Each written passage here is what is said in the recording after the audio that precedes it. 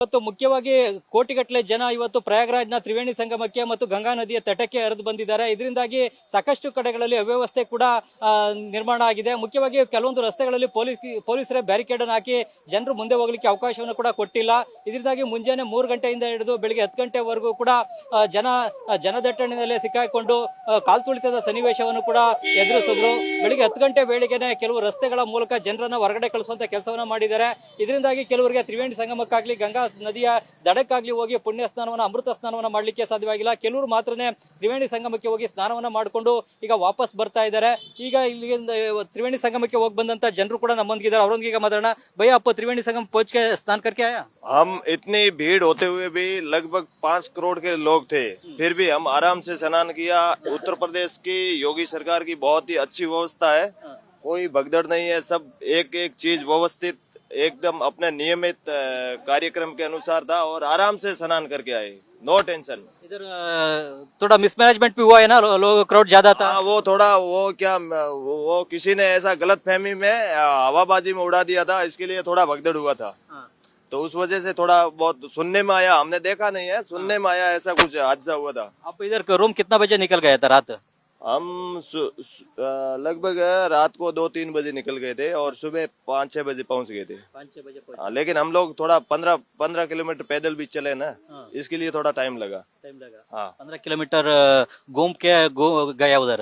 हाँ घूम के आए थोड़ा, और वहीं जहाँ पब्लिक आते हैं।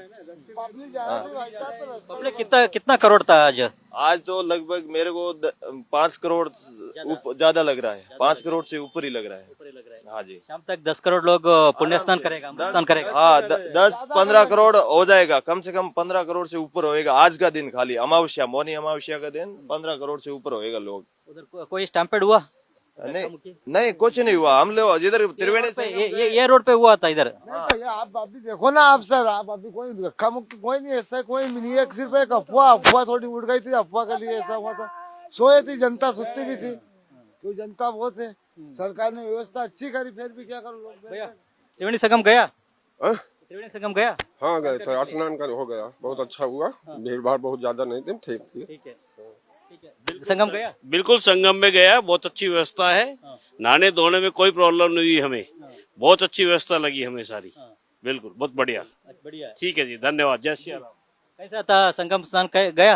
बहुत ही शानदार, बहुत ही व्यवस्थाएं बहुत सुचारू रूप से चल रही हैं। कोई किसी तरह की यहाँ पर भगदड़ वगदड़ की कोई स्थिति नहीं है।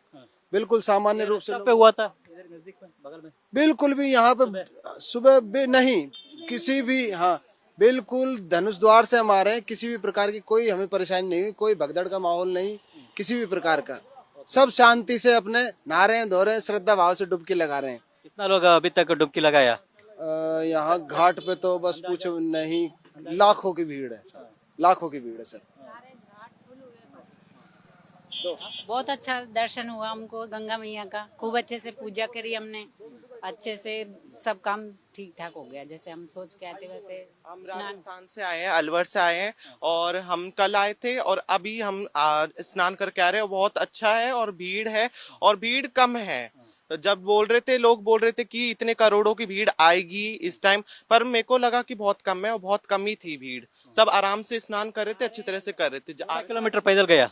हम तो बहुत चले हैं, हमारी तो यात्रा बहुत है। हम तो इधर प्रयागराज में इसमें कितने चले हम?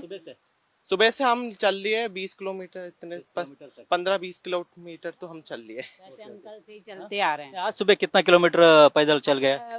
इतना ही करीबन 20 किलोमीटर। हाँ जी, पैदल पूरी परिक्रमा की है हमने। हाँ बहुत अच्छे से। और योगी जी और मोदी जी का तो तहे दिल से धन्यवाद देना चाहिए सभी जनता को कि बहुत अच्छी सुविधा है।